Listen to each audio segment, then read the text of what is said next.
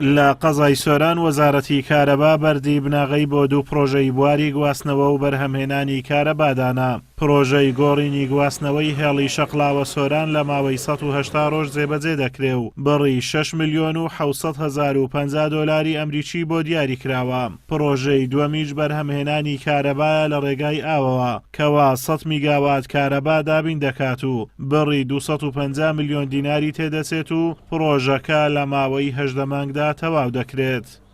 پرۆژەی ئەمڕۆ لە گۆڕینی هێڵەکانی گواستنەوە لە شەقلاوە بۆ خەلیفان و دانانی هێڵێکی نوێ لە خەلیفانەوە بۆ سۆران بە درێژایی 16 کیلۆمەتر و هەروها دانانی بەردی بناغەی دروستکردنی پرۆژێکی بەرهەمهێنانی کارەبا بە شێوازی BO2 و بە شێوازێکی نوێ کارەبا لە ئاو بەرهەم دەهێنێت.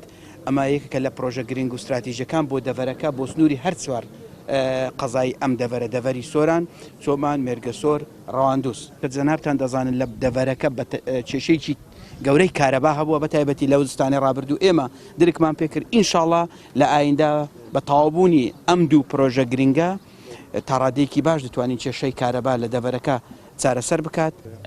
سەرچاوی سوتەمەنی بەکار نایێت لەم پرۆژەیە، تەنها سوود لە ئاوەرەگیرێت. ئاوەکەش بەردەوام پێویستی بە سەرچاوە نییە، تەنها بەڕێگای پێویستە لە ڕێی سوڕاندنی ئاوەکە و هێزی کێشکردنی زەویەوە تەولیدی کارەبا ئەکرێت. ئاوەکەشە لە سۆرانە چونکە نزیکە لە ڕووبار و ئەتوانێت سوود لە ئاوی دیشوەرگری بە تانکەریەوەوانە.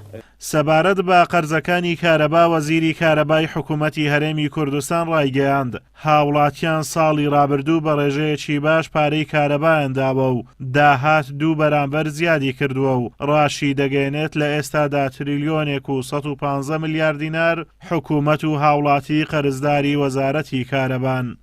داهات ساڵانە زیاد بووە، یعنی هەکە 2019 مقارنە لەگەڵ 2018 بکەن 2 بەرامبەری زیاد بووینە. فمعناوی خەڵکێک هاریکارە و داوا لەم خەڵکە دەکەن کە پارەی خۆ بدەن فیسەبیل، چونکی 8% لەو داهاتە هەر بیتە ژێرخانای ئەو دەڤەرە. بوو نمونە هەکەل سووران وەختێ 100 ملیۆن داهاتی هەبیت 8 ملیۆن دەبیتە پرۆژەیەکی بچووک بۆ دەڤەرەکە. قەردەکان تریلیۆنێک و 115 ملیار قەردن، تقریبا 248 ملیار لای حکومەتن، ئەوی تر لای هاوڵاتیان. قەزای سۆران لە ئێستادا 270 میگاوات کارەبای هەیە و 65,000 هاوبەشی کارەبای هەیە بە هەر چوار قەزاکە و لە وەرزی زستان تەنها 9 کاتژمێر کارەبا بە هاوڵاتیان دراوە. ئازاد وەمەراوەی کەناڵی ئاسمانی پەیام، قەزای سۆران.